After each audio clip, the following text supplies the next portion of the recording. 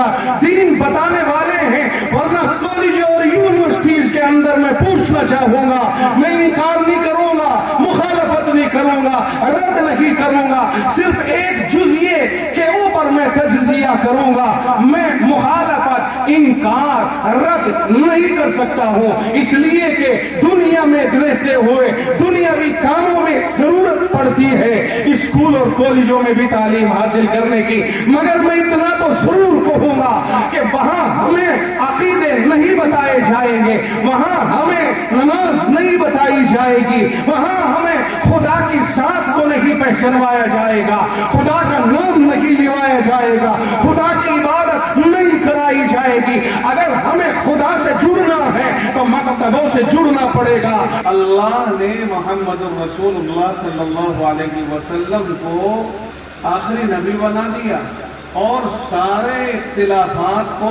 ختم کر کے، مٹا کے، اور محمد رسول اللہ پر ساری دنیا کو متفق ہونے کا حکم فرما دیا۔ سن رہے ہو جی؟ اور سمجھ بھی رہے ہوں گے تھوڑا بہت تو۔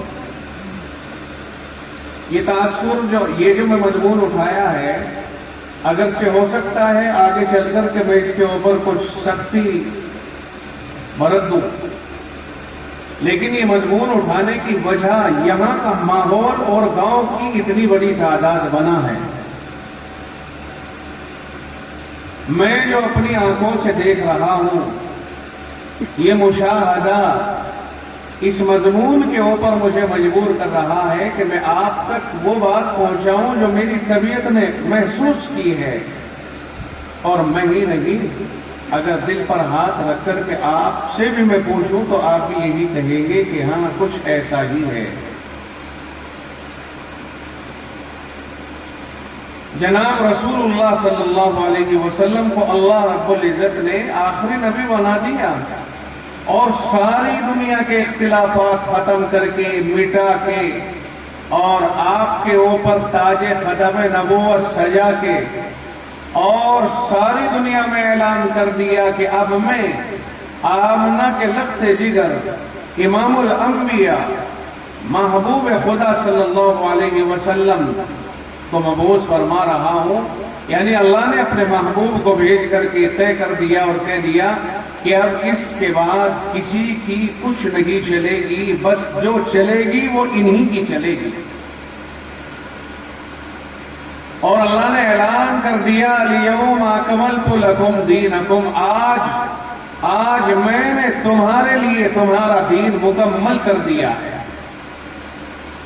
یعنی عرفات کے میدان میں یہ اعلان کر دیا اللہ نے حبیب پاک صلی اللہ علیہ وسلم کے اوپر یہ آیت نازل فرما کے، آپ کا آخری سال ہے، چند مہینے، تقریباً 3 مہینے آپ کی رحلت کے باقی رہ گئے ہیں، اور یہ اعلان ہو رہا ہے آج میں نے تمہارے لیے تمہارا دین مکمل کر دیا۔ اب اس کے اندر کوئی کمی نہیں باقی نہیں ہے۔ جب اللہ نے یہ دین مکمل کر دیا تو پھر دوسرا اعلان قرآن کریم میں موجود ہے، وَمَن يَبْتَغِ غَيْرَ الْإِسْلَامِ دِينًا فَلَن يُقْبَلَ مِنْهُ، دین اسلام کے علاوہ کوئی اور دوسرا دین کوئی اختیار کرے گا اسے قبول نہیں کیا جائے گا۔ ان الدین عند اللہ الاسلام، اصل دین اللہ کے یہاں پر دین اسلام ہی ہے، اس کے علاوہ کوئی اور دین نہیں ہے۔